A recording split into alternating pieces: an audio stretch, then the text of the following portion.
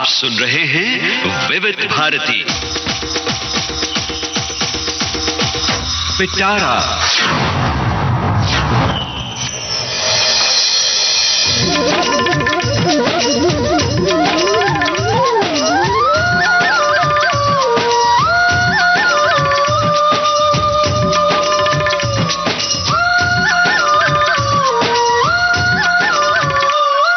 सेहतनामा।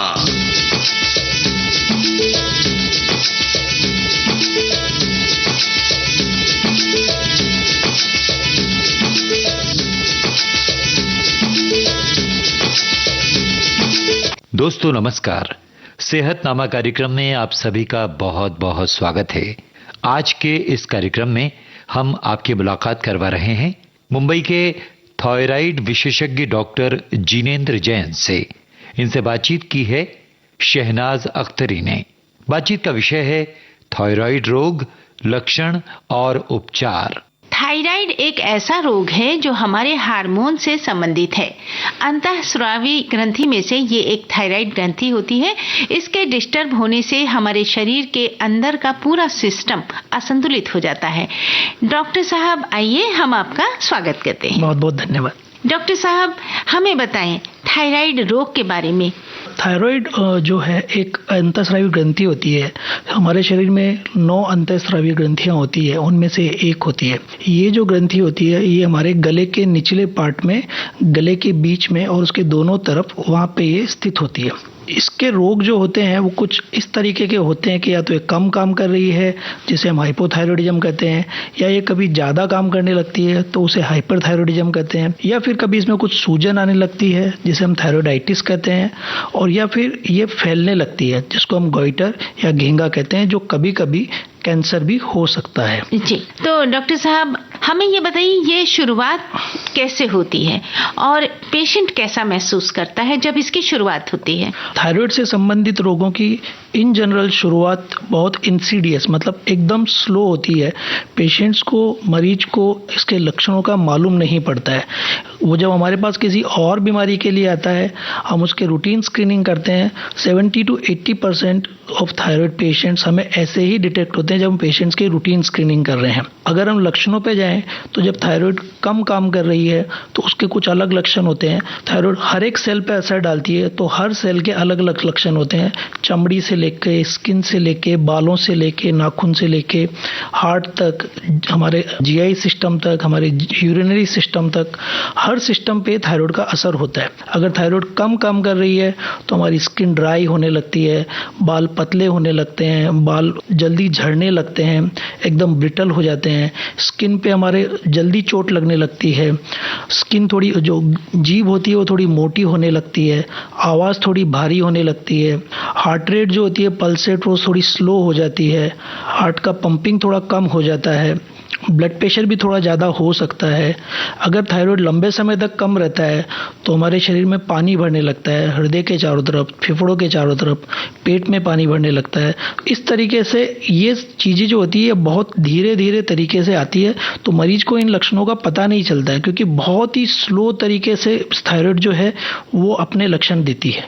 हाँ, डॉक्टर साहब हमें बताइए, अभी अभी आपने जिक्र किया हाइपो और हाइपर थायराइड का। हाँ, इसके बारे में थोड़ी सी जानकारी दीजिए। हाइपोथायरॉयडिज्म और हाइपरथायरॉयडिज्म ये दोनों एक तरह की एक्सट्रीम बीमारियां हैं थायराइड की। जब थायराइड कम काम कर रही है, अपने जो हार्मोन्स जो है T3 और T4 जो सीक्रेट करना थायराइड का काम है, जब वो T3 और T4 कम बना रही है या कम निकाल रही है तो उसे हम हाइपोथायरॉयडिज्म कहते हैं। जब वो T3 और T4 ज़्यादा निकाल रही है तो हम उसे हाइपरथायरॉयडिज्म कहते हैं। तो जब T3 और T4 कम निकल रहा है तो उसके कुछ लक्षण मैंने आपको बताए। जब T3 और T4 ज़्यादा निकल रहा है उसमें हाइपरथायरॉयडिज्म कहते हैं। उसमें मरीज की पल्स रेट ज़्यादा हो जाएगी, उसको कपकपी रहेगी, वो एंग्शियस रहता है, वो एक जगह बैठ ही नहीं सकता है, उसको कभी कभी लूज मोशंस ज़्यादा होते हैं, उसका वेट लॉस होता है, उसकी स्किन जो होती है वो एकदम वार्म रहती है। हाइपो में और हाइपर में जो भी ये शरीर का फूलना और पतला होना होता है वो इन जनरल हम कहते हैं कि मरीज का जितना बेसिक वेट है, जो उसका नॉर्मल वेट है, उसके 10% से ज़्यादा थायराइड जो है उसके वेट को डिस्टर्ब नहीं करती है, और वो भी उसके फैट रूप में नहीं, उसके फ्लूइड रूप में, मतलब मतलब उसमें पानी का जमाव ज़्यादा हो जाता है तो वेट बढ़ेगा, या पानी का जमाव थोड़ा कम हो जाएगा तो वेट लॉस होएगा। जो हमारे में कॉमन मिसनोमर है कि थायराइड के कारण लोग बहुत मोटे हो जाते हैं, ऐसा इन जनरल नहीं होता है। हम थायराइड को कम्प्लीटली वेट के लिए ब्लेम नहीं कर सकते हैं। अगर आपका थायराइड नॉर्मल है, अगर आपकी थायराइड की गोलियों से आपके जो थायराइड फंक्शन टेस्ट आ रहे हैं वो नॉर्मल आ रहे हैं, और इसके बावजूद आपका वेट अगर ज़्यादा है, तो हम थायराइड को बोल सकते हैं कि आपका वेट जो है थायराइड की वजह से नहीं है, किसी और चीज की वजह से है। इसके लिए ब्लड टेस्ट आप लोग लेते हैं, हाँ तभी आप डिसाइड करते हैं कि जो T3-4 जो आपने बताया वो कितना मतलब बराबर है कि नहीं है। थायराइड के लिए इन जनरल कुछ ब्लड टेस्ट होते हैं, T3, T4 और TSH। कभी हम इनको फ्री रूप में भी देखते हैं, free T3, free T4, TSH। जो T3 और T4 जो है, इनकी ये प्रोटीन में ब्लड में जाके प्रोटीन से बाइंड हो जाते हैं, और इनका कुछ पार्ट जो रहता है वो फ्री रहता है और वही एक्टिव होता है, तो वो हम फ्री T3 और फ्री T4 बोलते हैं। और जो TSH होता है ये थायराइड नहीं बनाती है, ये बनाना काम है हमारे मस्तिष्क में एक और एंडोक्राइन ग्लैंड होती है जिसे हम कहते हैं पिट्यूटरी। ये जो TSH है वो पिट्यूटरी बनाती है, और पिट्यूटरी इस TSH के जरिए थायराइड को कंट्रोल करती है कि कम काम करना है कि ज़्यादा काम करना है। डॉक्टर साहब, अभी हम इस बारे में बहुत सारी बातें करेंगे, अब हम आपकी पसंद का एक गाना भी सुनना चाहेंगे। मुझे सुनना है मैं जिंदगी का साथ निभाता चला गया। हाँ, फिल्म हम दोनों का ये गाना है आपकी पसंद का।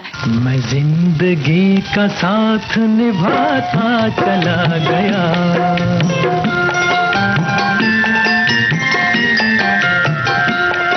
हर फिक्र को धुएं में उड़ाता चला गया, हर फिक्र को धुएं में उड़ा।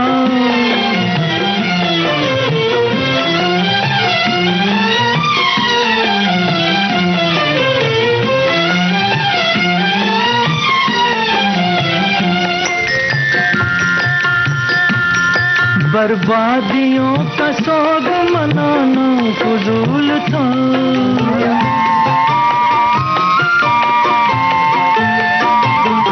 बर्बादियों का सोग मनाना फजूल था, मनाना फजूल था, मनाना फजूल था। बर्बादियों का जश्न मनाता चला गया, बर्बादियों का जश्न मनाता चला गया, हर फिक्र को धुएं में उड़ा।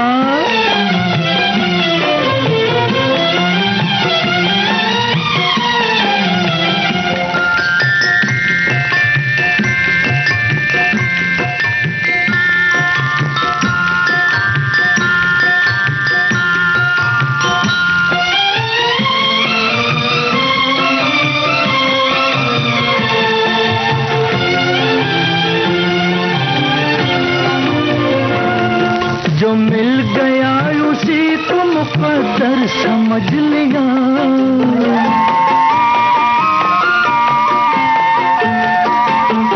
जो मिल गया उसी को मुकद्दर समझ लिया, मुकद्दर समझ लिया, मुकद्दर समझ लिया।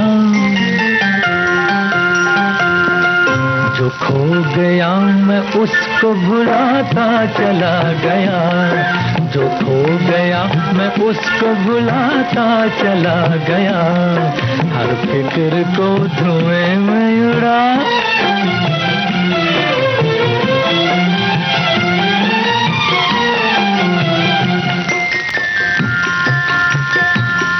गम और खुशी में फर्क न महसूस हो जहां,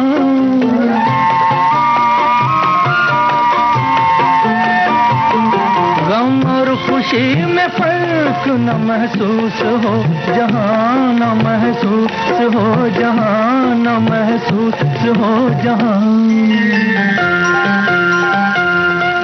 मैं दिल को उस मकाम पे लाता चला गया, मैं दिल को उस मकाम पे लाता चला गया, मैं जिंदगी का साथ निभाता चला गया, हर फिक्र को धुएं में उड़ाता चला गया। डॉक्टर साहब, आपकी बहुत लाजवाब पसंद है। हम बातें कर रहे थे कि थायराइड की वजह से घेंघा रोग भी हो जाता है, तो थोड़ा इस पर प्रकाश डालिए। घेंघा जो हम बोलते हैं उसको अंग्रेजी में गोइटर भी कहते हैं जी। थायराइड में किसी भी तरह की सूजन जो होती है उसको हम गोइटर कहते हैं। अब इस गोइटर के कई तरह के प्रकार होते हैं। इन जनरल जो हम पहले पुराने जमाने में देखते थे, गोइटर जो होता था काफी लोगों को होता था, किसी गांव में 60-70% लोगों को गले में गांठ होती रहती थी। वो जो होती थी वो आयोडीन की कमी से होती थी। ऐसे एरिया हिंदुस्तान में, ऐसे एरिया जो तलहटी वाले एरिया है, जो पहाड़ियों के नीचे वाले एरिया है, वहाँ पे आयोडीन नहीं होता है, उनके खाने में आयोडीन कम होता है। तो जो थायराइड के हार्मोन्स होते हैं इनमें मेजर क्वांटिटी में आयोडीन होता है। जब थायराइड को आयोडीन नहीं मिलता है तो ये आयोडीन ज़्यादा बनाने के लिए, आयोडीन ज़्यादा ग्रैस्प करने के लिए, खून में से ज़्यादा आयोडीन लेने के लिए इसका साइज बड़ा होने लगता है, तो उससे हम गोइटर कहते हैं। तो ये मतलब थायराइड की वजह से होता है कि वहाँ पे थायराइड से जिन वस्तुओं में थायराइड पाई जाती है, खाद्य पदार्थों में, वो उन्हें खाने को नहीं मिलता है। हाँ। इसलिए इंटरनली जो भी रिएक्शन होता है, हाँ, तो उसकी वजह से एक कारण है जो कि जिसको हम सिंपल गोइटर कहते हैं, उसका एक कारण है आयोडीन डेफिशिएंसी। तो इसका इलाज कैसे करना चाहिए? प्राइमरी स्टेज में या फाइनल? तो जब स्टेज में हम पहुंचते हैं तो बहुत ज्यादा भारी हो जाता है ना? हाँ, अगर ये बहुत ज्यादा भारी हो रहा है, अगर ये कंप्रेशन दे रहा है सिम्टम्स, क्योंकि थायराइड के पीछे हमारी सांस की ग्रंथि, सांस की नली होती है और उसके पीछे हमारे खाने की नली होती है, तो अगर ये उन पे कंप्रेस कर रहा है, आपको सांस लेने में तकलीफ हो रही है या हमको खाने में तकलीफ हो रही है, तो इसका सर्जरी ही उपचार है। अच्छा, तो प्राइमरी स्टेज में क्या मेडिसिन से ठीक किया जा सकता है? अगर ये सिंपल आयोडीन डेफिशिएंसी से अगर ये आ रहा है तो जब आयोडीन सप्लाई चालू करते हैं, जब आयोडाइज नमक देते हैं मरीज को, तो ये वापस श्रिंक भी हो सकता है। लेकिन अगर ये और किसी कारण से गोइटर हो रहा है, कई बार थायराइड में ऑटोनॉमसली कुछ ग्लैंड्स अपने आप बढ़ने लगती है और वो बढ़ने लगती है, तो उसको हम रोक नहीं सकते हैं, उसे हम सिर्फ फॉलो कर सकते हैं। अगर गोइटर आ रहा है तो हमें उसमें सबसे जो इम्पोर्टेंट चीज होती है, हमें वो ये देखनी है कि ये कहीं कैंसर तो नहीं है। ऐसा हो सकता है कि कैंसर में भी बदल सकता है? हाँ, बिल्कुल बदल सकता है। जब वो मल्टी नोड्यूलर गोइटर होता है तो कई बार उनमें से कुछ नोड्यूल्स में या इवन सिंपल एक नोड्यूल भी कैंसरस भी हो सकता है। आपने ऐसा कोई केस डील किया है? जी हाँ, हम रूटीनली देखते रहते हैं। थायराइड के कैंसर जो हैं बहुत कॉमन है, और थायराइड के कैंसर्स इस तरह से होते हैं कि कुछ एक कैंसर ऐसे हैं जो कि सबसे खराब, बॉडी के सबसे खराब कैंसर्स में से आते हैं, और थायराइड के कुछ कैंसर्स ऐसे हैं जो बॉडी के सबसे अच्छे कैंसर्स में से आते हैं। मतलब जब इलाज करते हैं तो कम्प्लीटली ट्रीट हो जाते हैं। तो जब भी थायराइड में स्वेलिंग होती है तो हमें थायराइड फंक्शन टेस्ट करके ये देखना होता है कि पहले थायराइड का कुछ फंक्शन इम्बैलेंस तो नहीं है। अगर फंक्शन इम्बैलेंस है तो थायराइड का कैंसर होने की शक्यता कम हो जाती है। क्या थायराइड की वजह से नर्वस सिस्टम पर भी प्रभाव पड़ता है? बिल्कुल पड़ता है। जब थायराइड कम काम कर रही है तो मरीज डिप्रेस फील करता है, सुस्त फील करता है, उसका किसी काम में इच्छा नहीं करती है। अगर बच्चा जो है उसकी ग्रोथ पीरियड में, जब वो ग्रो कर रहा है, उसके टाइम में अगर उसको थायराइड का डिफिशियंसी है तो बच्चे को मेंटल रिटार्डेशन भी हो सकता है। एक बार अगर वो 2 साल की एज क्रॉस कर लेता है और उसके बाद हम अगर उसको थायराइड सप्लीमेंट चालू भी करते हैं तो जो उसका IQ होगा उसको नहीं सुधार सकते हैं। क्या इसका कोई उपाय है? उसका उपाय यही है कि जब हम उसमें यूनिवर्सल स्क्रीनिंग करते हैं, जब भी बच्चा पैदा होता है तो उसके 2 से 5 दिनों के अंदर सभी बच्चों का सभी अच्छे अस्पतालों में थायराइड स्क्रीनिंग किया जाता है। अगर उनका थायराइड एबनॉर्मल है तो फिर उनको थायराइड सप्लीमेंट दिया जाता है।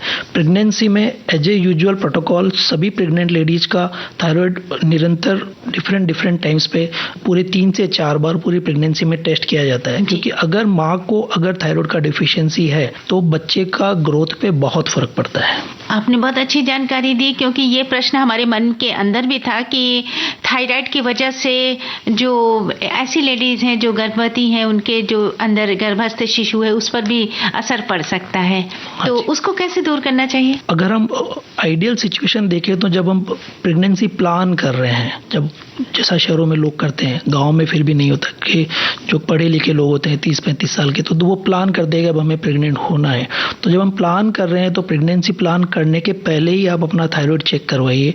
अगर वो एबनॉर्मल है तो पहले उसे नॉर्मल लाइए दवाओं के थ्रू, और जब वो नॉर्मल आ जाता है तो फिर आप प्रेग्नेंट होइए। अगर किसी कारणवश ऐसा नहीं होता है, जैसा यूजुअल होता है कि सब लोग प्रेग्नेंट हो जाते हैं और फिर डॉक्टर के पास जाते हैं, on the time, on first contact, पहले ही कॉन्टेक्ट पे हम लोग थायराइड टेस्ट करते ही हैं, और अगर वो एबनॉर्मल आता है तो उसको हम ट्रीट करते हैं और उसे क्लोजली फॉलो करते हैं।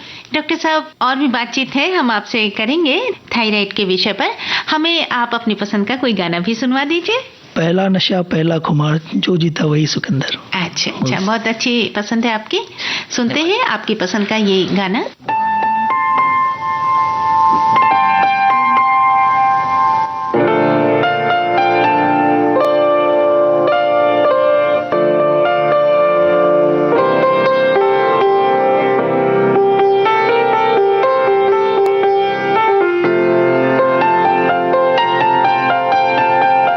चाहे तुम कुछ ना कहो, मैंने सुन लिया कि साथी प्यार का मुझे चुन लिया, मैंने सुन लिया।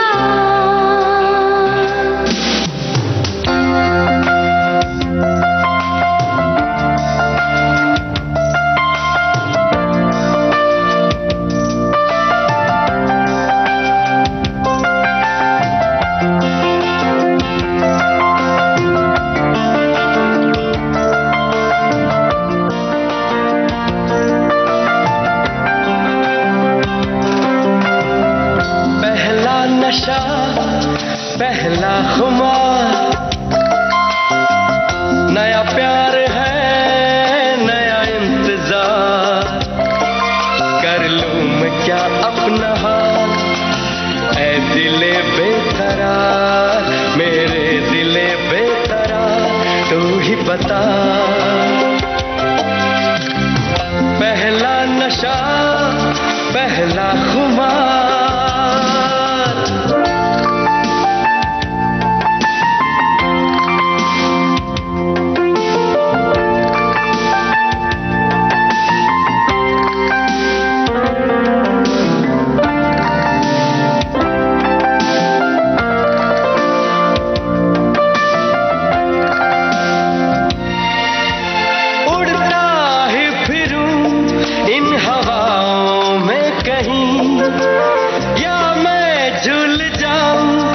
घटाओं में कहीं उड़ता ही फिरूं इन हवाओं में कहीं, या मैं झूल जाऊं इन घटाओं में कहीं, एक कर दूं आसमां और जमीन, कहो यारो क्या करूं क्या नहीं। पहला नशा पहला खुमार, नया प्यार है नया इंतजार, कर लूं मैं क्या अपना हाल, ऐ दिले बेकरार, मेरे दिले बेकरार, तू ही बता। पहला नशा पहला खुमार।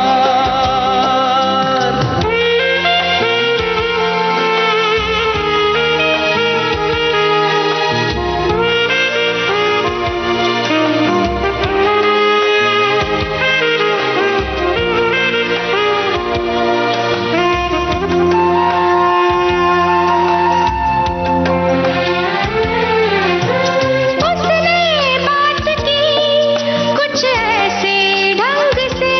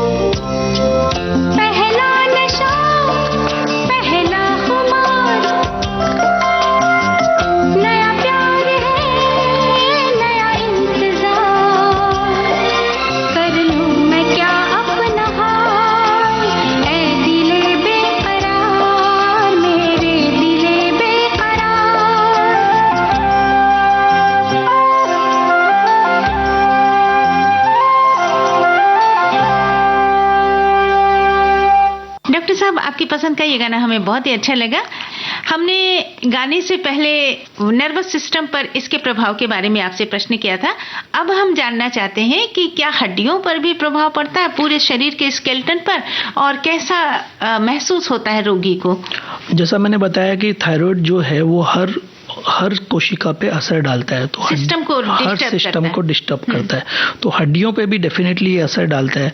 जब थायराइड एक्सेस हो जाता है बॉडी में, जिसको हम हाइपरथायराइडिज्म कहते हैं, तो ये हमारी जो ऑस्टियोक्लास्ट करके सेल्स होती हैं हड्डियों में, उनमें से कैल्शियम निकालती है, ये उनको और ज़्यादा एक्टिवेट कर देता है। तो हड्डियाँ जब हाइपरथायराइडिज्म में हड्डियाँ जो होती है वो कमज़ोर हो जाती है, उनमें कैल्शियम कम हो जाता है, तो उनको फ्रैक्चर की शक्यता बहुत बढ़ जाती है। तो ऐसे मरीजों का जो हाइपरथायराइडिज्म है उनको हमको इमीडिएटली कंट्रोल करना होता है।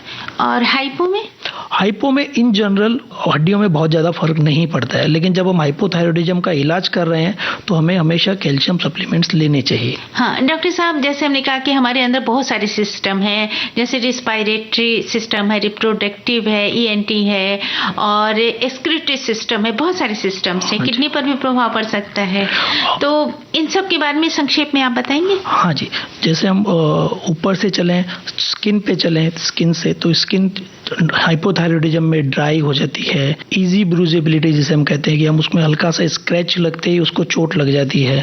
बाल जो होते हैं वो एकदम ब्रिटल हो जाते हैं, एकदम रूखे रूखे से रहते हैं, बहुत ज़्यादा बाल गिरते हैं, जो स्किन होती है वो मोटी हो जाती है, ऊपर की लेयर जो होती है उसकी मोटी हो जाती है, कान में कभी कभी पानी भर जाता है, जिसको हम SOM कहते हैं, सीरस ओटाइटिस मीडिया। उसकी वजह से पेशेंट टेम्परेरी बहरा भी हो सकता है, लेकिन जब हम इसके इलाज करते हैं तो वो सीरस पार्ट चला जाता है।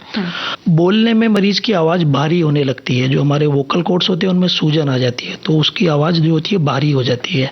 टंग जो होती है वो थोड़ी थोड़ी मोटी होने लगती है कभी कभी। हाँ डॉक्टर साहब, क्या नसों पर भी असर पड़ता है? जी नहीं, आर्टरीज और वेन्स पर बहुत ज़्यादा असर नहीं पड़ता है, पर आर्टरीज में डेफिनेटली हाइपोथायराइडिज्म में कोलेस्ट्रॉल थोड़ा हमारा डिस्टर्ब हो जाता है, उसकी वजह से आर्टरीज में फर्क पड़ सकता है। आर्टरीज का थोड़ा सा स्टिफनेस भी बढ़ जाता है, तो पेशेंट को हाइपोथायराइडिज्म में डायस्टोलिक ब्लड प्रेशर कभी कभी में ज़्यादा मिलता है, और जो हाइपरथायराइडिज्म होता है उसमें सिस्टोलिक ब्लड प्रेशर में ज़्यादा मिलता है। डॉक्टर साहब, थायराइड के लिए एक ही मेडिसिन है या कई तरह की मेडिसिन है, या उनके अलग अलग पावर्स भी होते हैं? हाइपोथायराइडिज्म के लिए हम एक ही तरह की मेडिसिन लेते हैं, जो कि हम डिपेंडिंग ऑन उस मरीज का वजन कितना है और उसकी थायराइड रिक्वायरमेंट कितनी है। इन जनरल 12.5 माइक्रोग्राम रोजाना से लगभग 200 माइक्रोग्राम रोजाना तक की डोजेज अवेलेबल हैं, जिसको हम L-थायरोक्सिन कहते हैं। इसकी 12.5 माइक्रोग्राम से 200 माइक्रोग्राम तक की डोजेज मरीज को लगती है। वो हम टाइट्रेट करते रहते हैं, स्टार्ट करते हैं लो डोज से, और फिर हम धीरे धीरे टाइट्रेट करते रहते हैं कि मरीज को कितना रिक्वायरमेंट आएगा। जब हाइपरथायराइडिज्म होता है तो उसके लिए जो गोलियां हैं वो प्रोपाइल थायोरेसिल और नियोमर्क, जो कार्बिमेजोल करके 2 ही तरह की दवाइयां हमारे पास अवेलेबल हैं। उनमें से भी कुछ दवाई हम प्रेगनेंसी में नहीं दे सकते हैं, कुछ दवाई हम प्रेगनेंसी में दे सकते हैं। और फिर तीसरी तरह की दवा जो है वो रेडियो एक्टिव आयोडीन जो होती है, हाइपरथायराइडिज्म के कुछ मरीजों को हम रेडियो एक्टिव आयोडीन देते हैं, जो कि उनको परमानेंटली क्योर कर देती है। अच्छा। डॉक्टर साहब, कितने समय तक ये इलाज चलता है? हाइपोथायराइडिज्म जो होता है इन जनरल लाइफ लॉन्ग इलाज चलता है। कुछ ही पेशेंट्स ऐसे होते हैं जिनका थायराइड नॉर्मल हो जाता है। ऐसे पेशेंट जिनको खाली प्रेगनेंसी में ही थायराइड आया है और काफ़ी लो लेवल का थायराइड हाइपोथायराइडिज्म आया है, तो इस तरह के पेशेंट्स का हाइपोथायराइडिज्म का इलाज प्रेगनेंसी के बाद कभी कभी बंद किया जा सकता है। अच्छा, और नहीं तो हाइपो में आजीवन गोली चलती ही रहती है। सामान्य हो जाने पर भी? हाँ जी, सामान्य हो जाने पर भी गोली चलती है। तो क्या पावर कम करते हैं? जब हमारा TSH नॉर्मल हो जाता है तो जिस भी डोज पे TSH नॉर्मल होता है हम वही डोज कंटिन्यू करते हैं। अच्छा, तो हमें ये बताइए कि ये जो टेबलेट्स हैं शायद एक ही तरह की होती है और कई नाम से होती है? हाँ जी, कई नाम से हैं। एक ही तरह की गोली है, डिफरेंट मैन्युफैक्चरर्स होते हैं, वो अपना अपना नाम से उसको सेल करते हैं। किस समय लेनी चाहिए? थायराइड की जो गोली है, जो हम हाइपोथायराइडिज्म में थायरोक्सिन हार्मोन जो देते हैं, ये T4 होता है। इसको हम सुबह लेते हैं, बूके पेट लेते हैं। सुबह कितने समय? नींद लेने के बाद या 3 बजे, सुबह 4 बजे? जब हम सुबह उठते हैं तो उसके बाद ले सकते हैं। भूखे पेट होना चाहिए हमें, और आधे घंटे तक और उसके बाद आधे पौन घंटे तक कुछ नहीं खाना चाहिए। पानी भी नहीं? पानी हम पी सकते हैं, लेकिन और कुछ नहीं लेना चाहिए।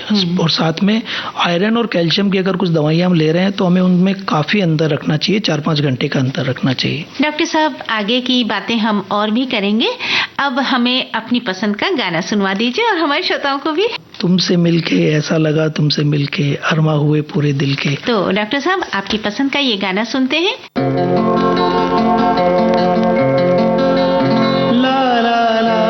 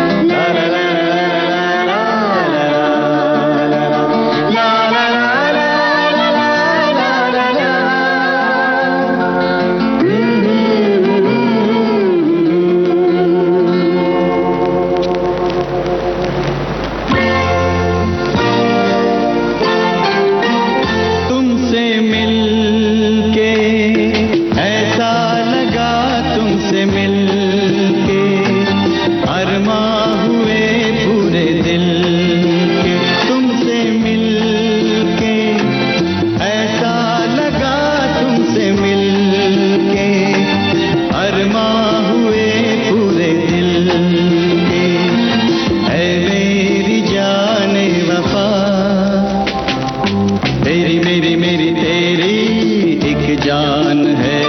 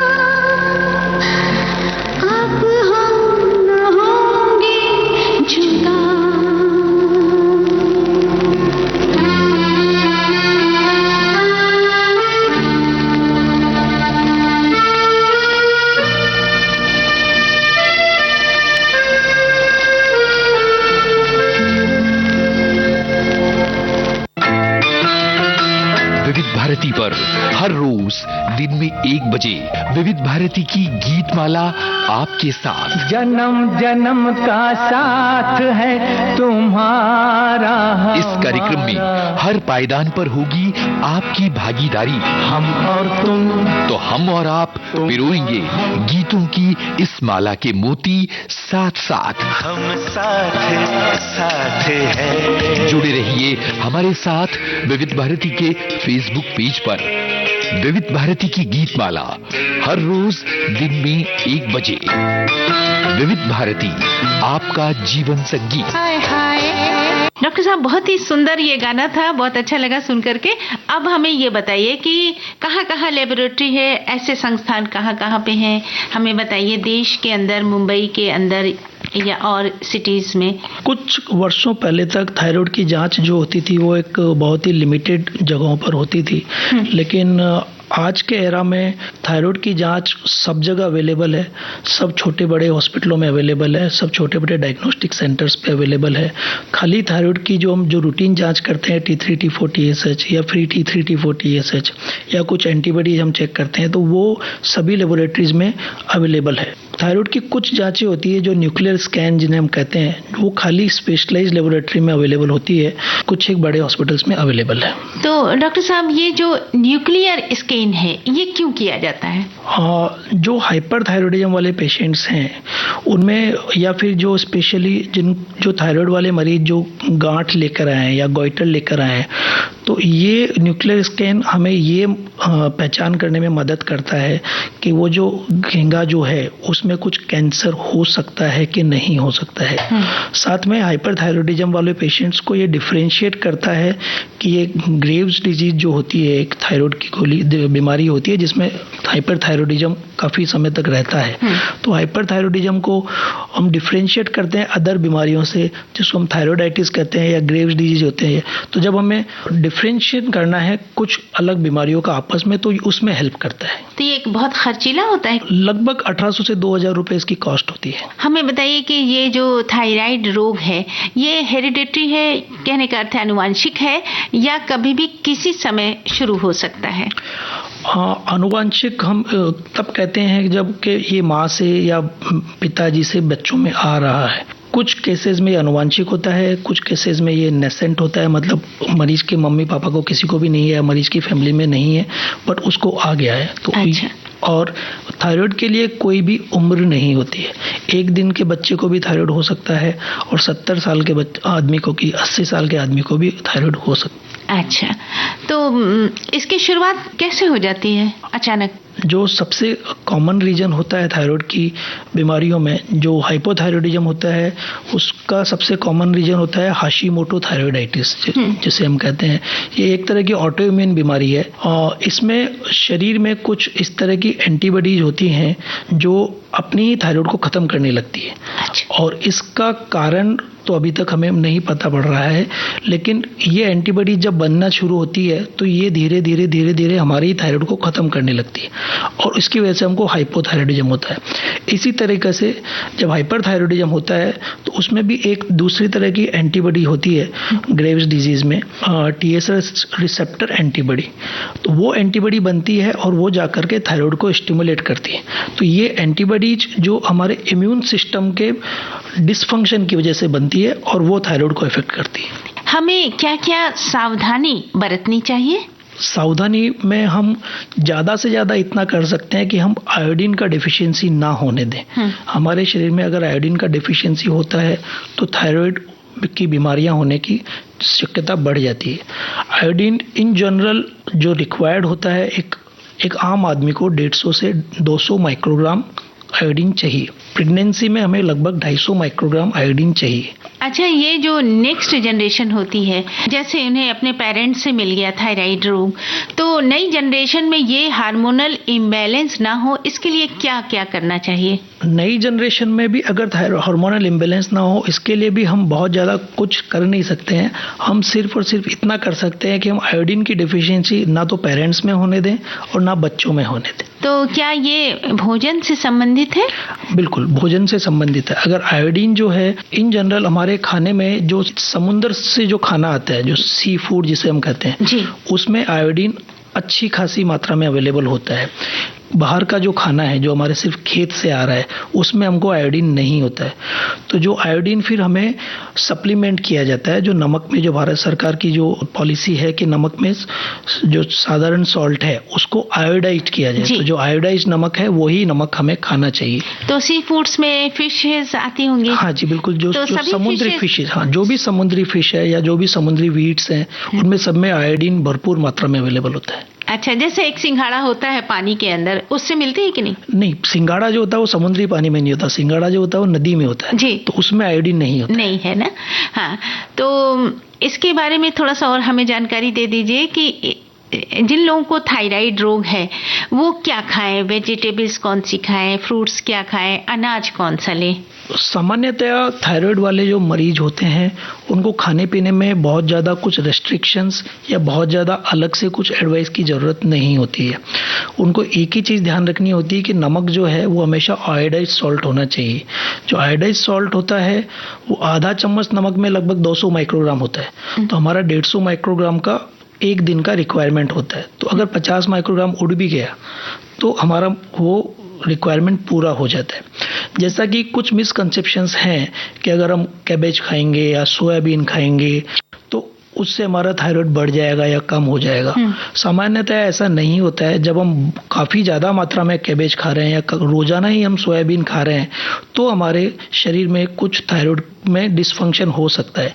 जो हम रूटीन दाल, रोटी, सब्जी, हरी सब्जियां, फ्रूट्स जो भी हम रोज़ खाते हैं उनका थायराइड से कोई फर्क नहीं पड़ता है। अच्छा डॉक्टर साहब, हम और भी आपसे बातें करेंगे। अब हमें अपनी पसंद का गाना सुनवा दीजिए। बिल्कुल साहब, गैंगस्टर मूवी का एक गाना है, भीगी भीगी सी है रातें, आंखों में कैसी नमी है। चलिए हम अपने श्रोताओं के साथ मिलकर सुनते हैं गैंगस्टर फिल्म का ये गाना।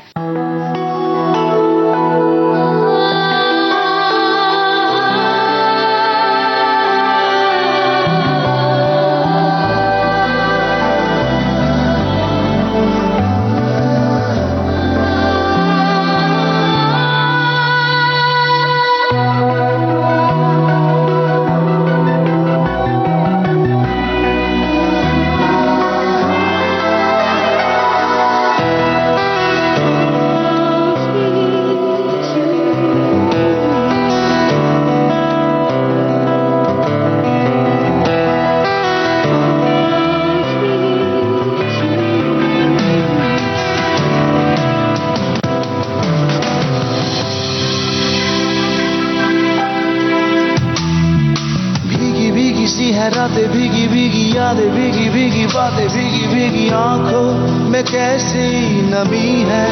आहा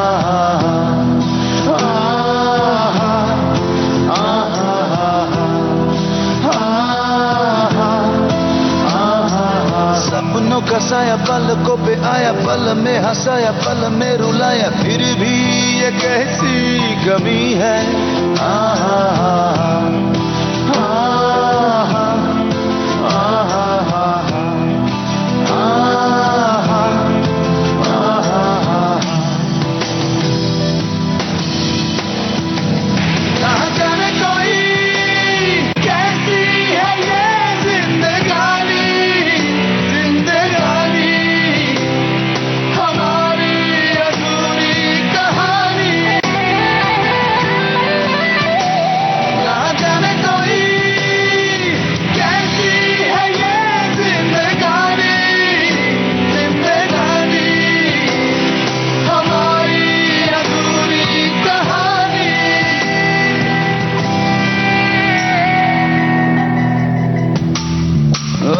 आधी जगी आधी आधी सोई, आंखें ये तेरी तो लगता है रोई, लेकर के नाम हमारा।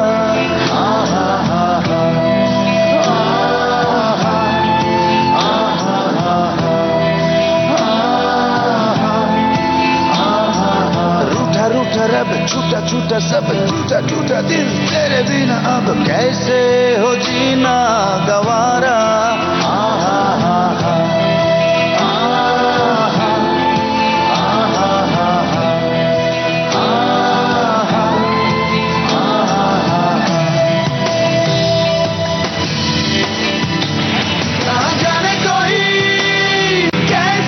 है ये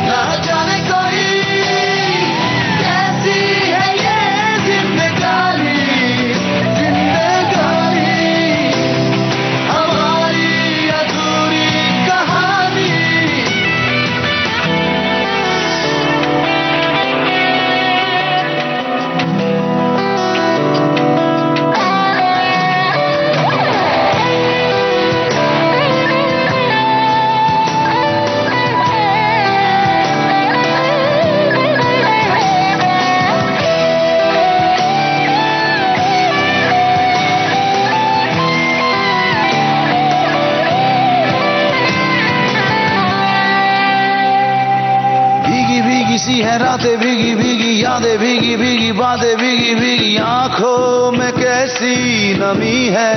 हा हा हा हा हा हा हा हा हा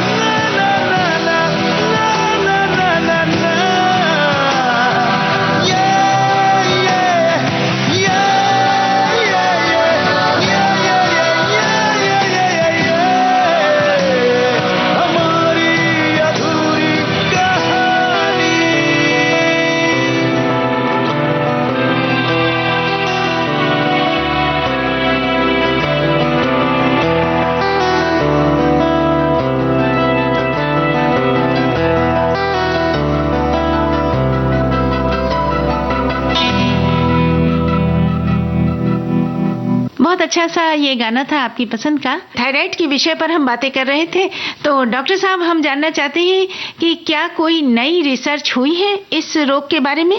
थायराइड से रिलेटेड नई रिसर्च जो है वो अभी हम जैसा आप सोच रहे थे कि पूछ रहे थे कि एक थायराइड की गोली क्या जिंदगी भर लेनी चाहिए, उसमें ऐसा कुछ रिसर्च चालू है कि हम थायराइड का कुछ ऐसा इलाज लाएं जिससे कि मरीज को जिंदगी भर गोली ना लेने की जरूरत पड़े।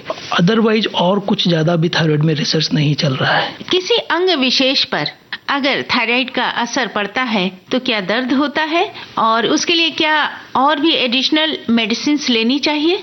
अंग विशेष पर अगर हम बोलें तो हाइपरथायरॉयडिज्म में स्पेशल केयर की हम बात करते हैं तो आंखों की स्पेशल केयर की बात करते हैं, क्योंकि ग्रेव्स डिजीज जो बीमारी है ये आंखों को भी असर करती है। उसमें आंखें धीरे धीरे बाहर आने लगती है, लाल हो जाती है, कॉर्निया उसका ड्राई हो जाता है, उसमें अल्सर्स हो सकते हैं। उनकी स्पेशल केयर की ज़रूरत होती है जो कभी कभी सर्जरी तक भी जा सकती है। अच्छा, तो मैं जैसे आंखों पर अगर असर होता है, आंखें बाहर निकल आती हैं, हाँ जी। तो फिर क्या उसमें ऐसा करना पड़ता है सर्जरी? अगर वो मरीज को आंखें बाहर आने पर भी और कुछ दवाइयाँ जब हम उनको अगर बहुत ज़्यादा सूजन आ रही है तो उनको कभी कभी में लॉन्ग टर्म या शॉर्ट टर्म स्टीरॉइड्स पे रखना पड़ता है, और वो स्टीरॉइड्स देने के बावजूद अगर बराबर नहीं हो रहे हैं और या फिर उनको दिखने में तकलीफ हो रही है, डबल विजन हो रहा है, दो दिख रहे हैं, in spite of giving corrective glasses, अगर उनको हम चश्मा दे रहे हैं और उसके बावजूद उनकी विजन करेक्ट नहीं हो रही है तो उसमें हमको डिकम्प्रेशन सर्जरीज करनी पड़ सकती है। डॉक्टर साहब, इसकी क्रॉनिक स्टेज क्या होती है अगर थायराइड रोग हो गया और समय पर उपचार नहीं करवाया? थायराइड के जो इन जनरल रोग होते हैं वो सब क्रॉनिक ही होते हैं। क्रॉनिक का मतलब है कि जो भी बीमारी है वो लंबे समय तक चल रही है, जिसके लिए हमें लंबे समय तक इलाज लेना पड़ रहा है। तो हाइपोथायरॉयडिज्म और हाइपरथायरॉयडिज्म इन जनरल लंबे समय तक ही हमें इलाज लेते रहना पड़ता है। तो ये दोनों बीमारियां क्रॉनिक बीमारियों की श्रेणी में ही आती है। कभी कभी हाइपोथायरॉयडिज्म और हाइपरथायरॉयडिज्म एकदम ट्रांजिएंट होता है, जिसे हम जब वो थायराइड में कभी वायरल इन्फेक्शन हो गया जिसे हम सबअक्यूट थायराइडाइटिस कहते हैं, या फिर कभी कभी मरीज को कुछ ऐसी दवाइयां दे दी गई है जिससे उनका थायराइड डिसफंक्शन हो गया है, तो उसमें कभी उनको थायराइड में सूजन आ जाती है। तो वो एक अक्यूट स्टेज होती है जो कि कुछ समय के बाद अपने आप ठीक हो जाती है। अच्छा डॉक्टर साहब, हमें ये बताइए कि कितने समय पर थायराइड का चेकअप कराना चाहिए? जब डायग्नोसिस हो गई और हमने दवा भी लेनी शुरू कर दी तो कितने महीनों के बाद हमें फिर से जाके ब्लड टेस्ट करवाना है? जब हम थायराइड की दवा चालू करते हैं हाइपोथायरॉयडिज्म के हिसाब से 4 से 6 हफ्ते के बाद में थायराइड की जांच करनी चाहिए। फिर अगर डोज हमारी बराबर आ रही है तो फिर हम हर 3 महीने और फिर बाद में हर 6 महीने में मरीज को जांच की सलाह देते हैं। डॉक्टर साहब, क्या ब्रेन से भी संबंधित होता है थायराइड हार्मोन्स का संबंध? क्योंकि कई बार हमने देखा है और सुना है कि कई नसें जो होती हैं ब्रेन की या शरीर के अंदर की नसें, उस पर भी प्रभाव पड़ जाता है और तरह तरह की समस्याएं खड़ी हो जाती हैं। क्या ब्रेन अटैक भी आता है? ब्रेन अटैक थायराइड से नहीं आता है, तो ये ब्रेन के फंक्शन पे जरूर फर्क डालता है। जब हाइपोथायराइडिज्म होता है तो मरीज नर्वस रहता है, डिप्रेस्ड रहता है, उसका कहीं पे मन नहीं लगता है। जब मरीज को हाइपरथायराइडिज्म होता है तो मरीज हाइपर एक्टिव रहता है, उसको एक जगह बैठा नहीं जाता है, उसको ट्रेमर्स आते हैं, उसे घबराहट होती है। इस तरीके से थायराइड भी ब्रेन पे असर डालता है और ब्रेन में जो पिट्यूटरी और हाइपोथैलेमस जो होते हैं वो भी थायराइड पर असर डालते हैं। अच्छा डॉक्टर साहब, एक गाना हो जाए? हाँ, मुन्ना भाई MBBS का गाना है, छन छन छनन छन छन। आइए सुनते हैं।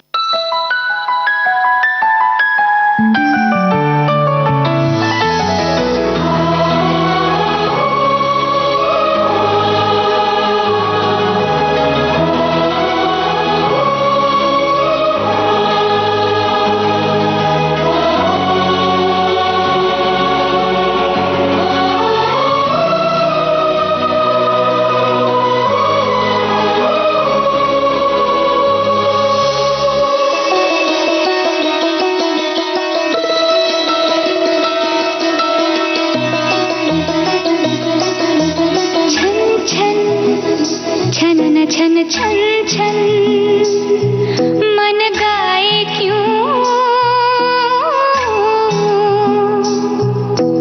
सन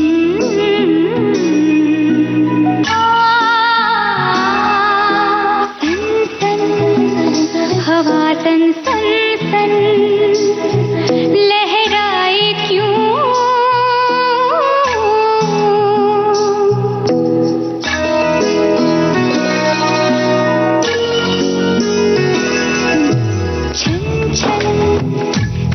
छन छन छन मन गाए क्यों, ओ सन सन हवा सन सन सन लहराए क्यों, शायद हवा ने सुन लिया, तूने किसी को चुन लिया, खन खन खन क्यों खन के रे, ओ झान झन झनन झन झन झन क्यों झन के रे, झनकार तेरे मेरे प्यार की है धुन, ये मोहब्बत के इकरार की है। छन छन छनन छन छन छन मन गाए क्यों,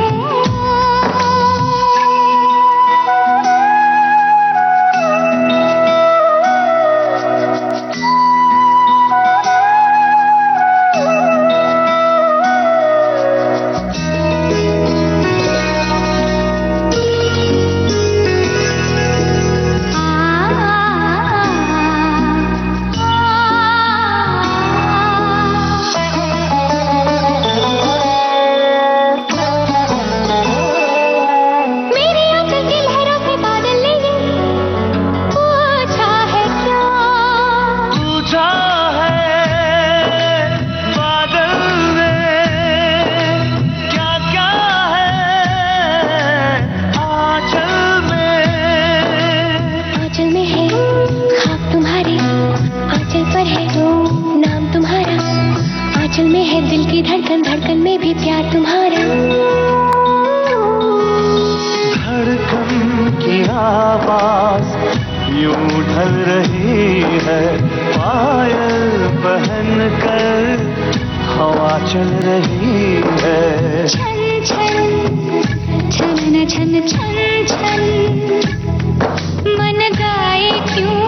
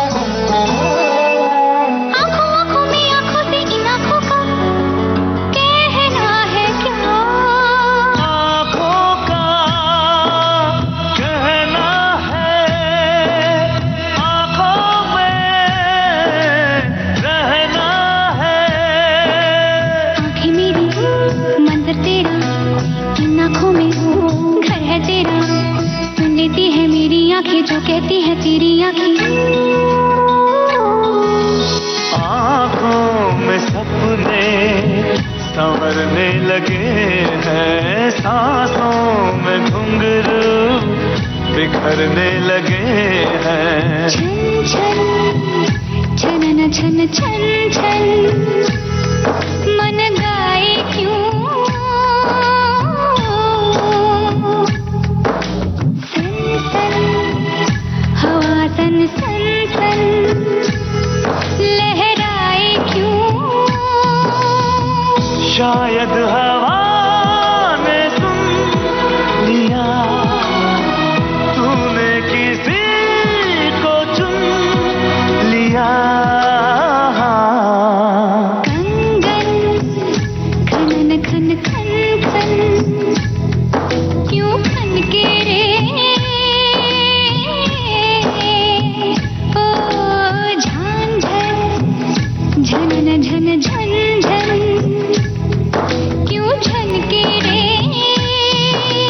झनकार तेरे मेरे प्यार की है, धुन ये मोहब्बत के इकरार की है। छन छन छनन छन छन छन मन गाए क्यों।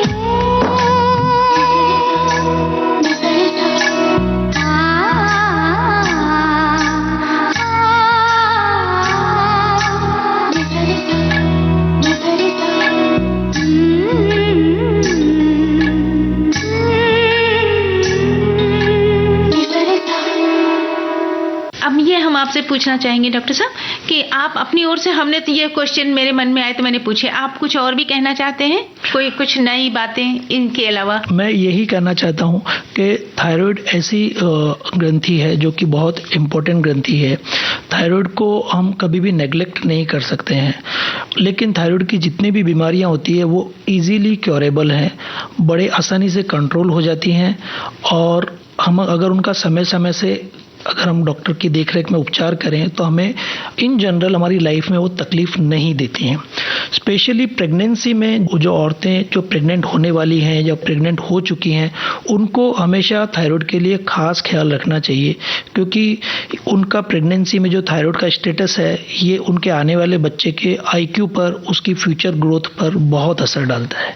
डॉक्टर साहब, जैसे कुछ लोग थायराइड ग्लैंड निकलवा देते हैं, क्या ये जरूरी है? हाँ जी, जब थायराइड ग्लैंड में अगर कुछ कैंसर हो गया है तो हमें थायराइड ग्लैंड निकालना ही पड़ेगा, या थायराइड ग्लैंड इतनी बड़ी हो गई है कि वो कुछ कंप्रेशन सिम्टम्स दे रही है और कुछ हमको इतना दिखने में तकलीफ दे रही है, तो फिर हमें थायराइड निकालना पड़ता है। लेकिन थायराइड निकालने के बाद अगर हम थायराइड हार्मोन, जो थायराइड का काम है थायराइड हार्मोन बनाना, उनका अगर हम सप्लीमेंट कर रहे हैं तो थायराइड ग्लैंड निकालने में कोई तकलीफ नहीं। थायराइड रोग, लक्षण और उपचार, इस विषय पर आपने डॉक्टर जिनेंद्र जैन साहब, हमारे श्रोताओं को आपने बहुत सारी जानकारी दी, इसके लिए हम सभी की ओर से आपको धन्यवाद देते हैं। धन्यवाद जैन। तो ये थी मुलाकात मुंबई के सुप्रसिद्ध थायराइड विशेषज्ञ डॉक्टर जिनेंद्र जैन से शहनाज अख्तरी की। विषय था थायराइड रोग, लक्षण और उपचार। तकनीकी सहयोग दिया कार्यक्रम में वंदना ठाकुर ने और कार्यक्रम के प्रस्तुतकर्ता रामकरण मीणा। अब दीजिए आज के इस प्रोग्राम से इजाजत। नमस्कार।